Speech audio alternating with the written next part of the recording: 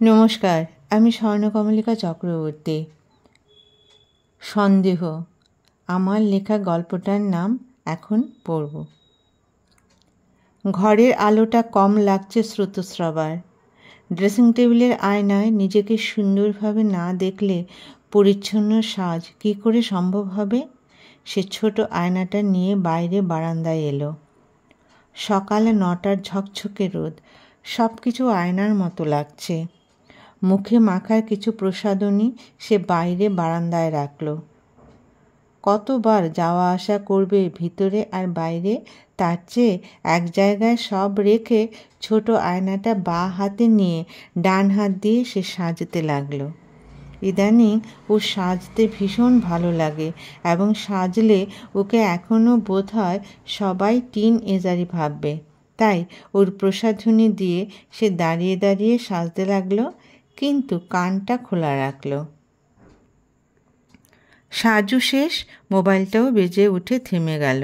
সে জানে এক্ষুনি ওর miss call আসবে।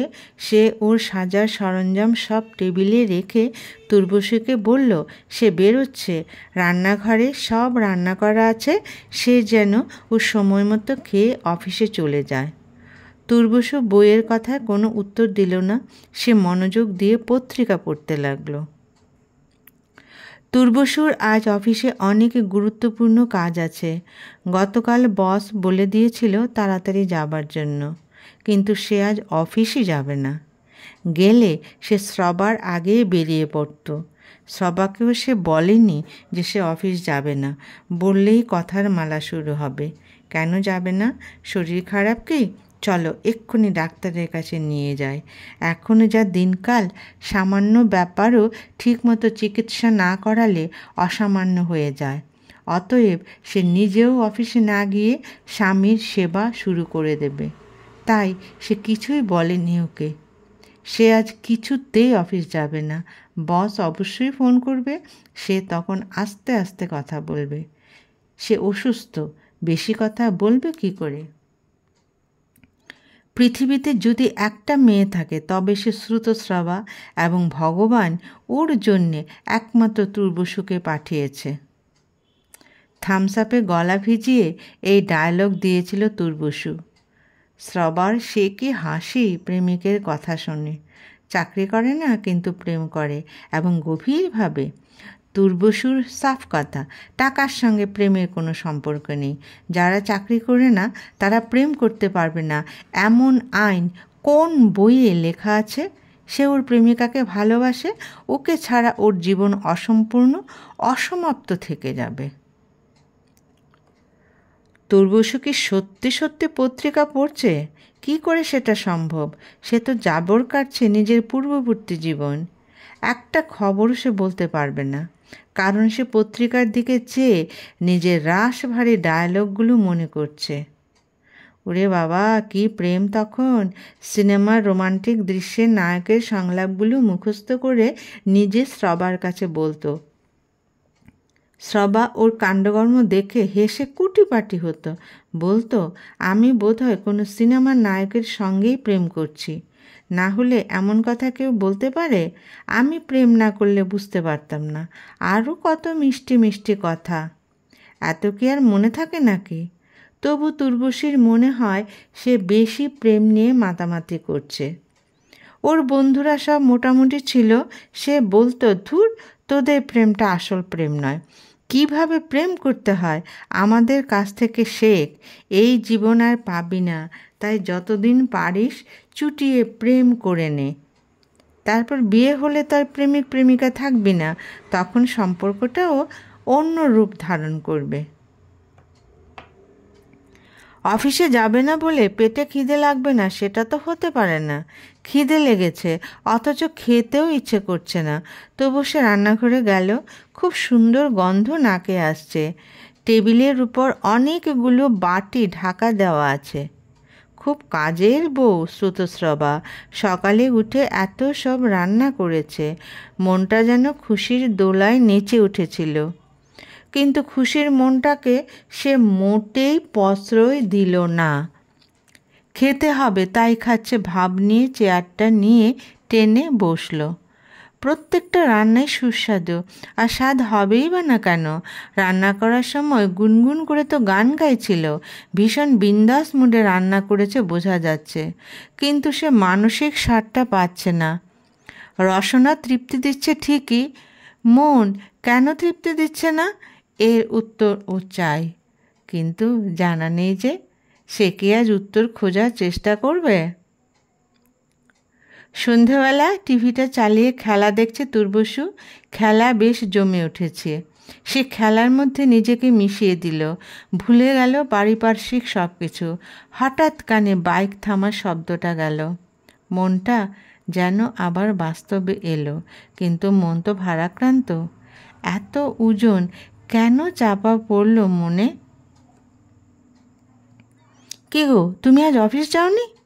না, যাইনি। কেন, শরীর খারাপ? কই সকালে আমাকে কিছু বললে না তো, তবে আজ আমি ছুটি নিতাম। আরে বাবা, সেরকম কিছু নয়, তুমি যাবার পর মনে হলো আজ আমি বিশ্রাম করব, তাই আর কি। তুর্বসু, তুমি সত্যি কথা বলছো? আমি সত্যি কথা বলছি কিনা প্রমাণ চাও তো? বেশ, চলো আজ আমরা ডিনার বাইরে করব, রাজি? আজ আমার অফিসে খুব ধকল গেছে, তুমি বলেছ, অতএব যাব। থাক তাহলে, দরকার নেই, তুমি ক্লান্ত। না না, আমি তৈরি হচ্ছি। তুর্বসু আর শ্রুতস্রবা যদি এক অফিসে চাকরি করত তবে দুজনেরই খুব সুবিধে হতো, কিন্তু বরবধূ এক অফিসে চাকরি করে এটা তুর্বসু আগে পছন্দ করতো না। কিন্তু পরিস্থিতিতে মনে হচ্ছে যে সে আজ যে যন্ত্রণাময় দিন কাটাচ্ছে তাতে এক অফিসে চাকরি করলেই ভালো ছিল। শ্রাবা তৈরি হয়ে এসে বলল, আমাকে বলে দিয়ে নিজেই এখনও তৈরি হওনি। 1 মিনিট বলে তুর্বসু নিজেকে তৈরি করতে লাগলো। শ্রাবা সোফায় বসে চোখ বন্ধ করে ফেলল।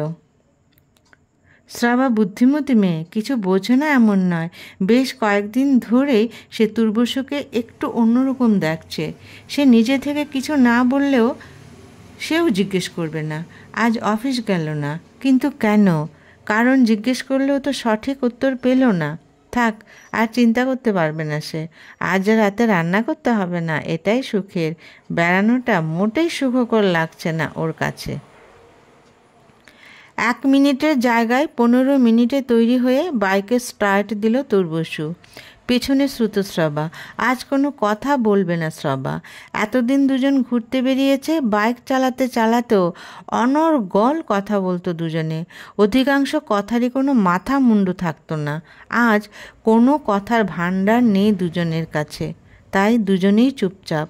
শ্রবা অন্য সময় হলে নিজে কোথায় খাবে ঠিক করত, আজ ওর কোনো মতামত নেই।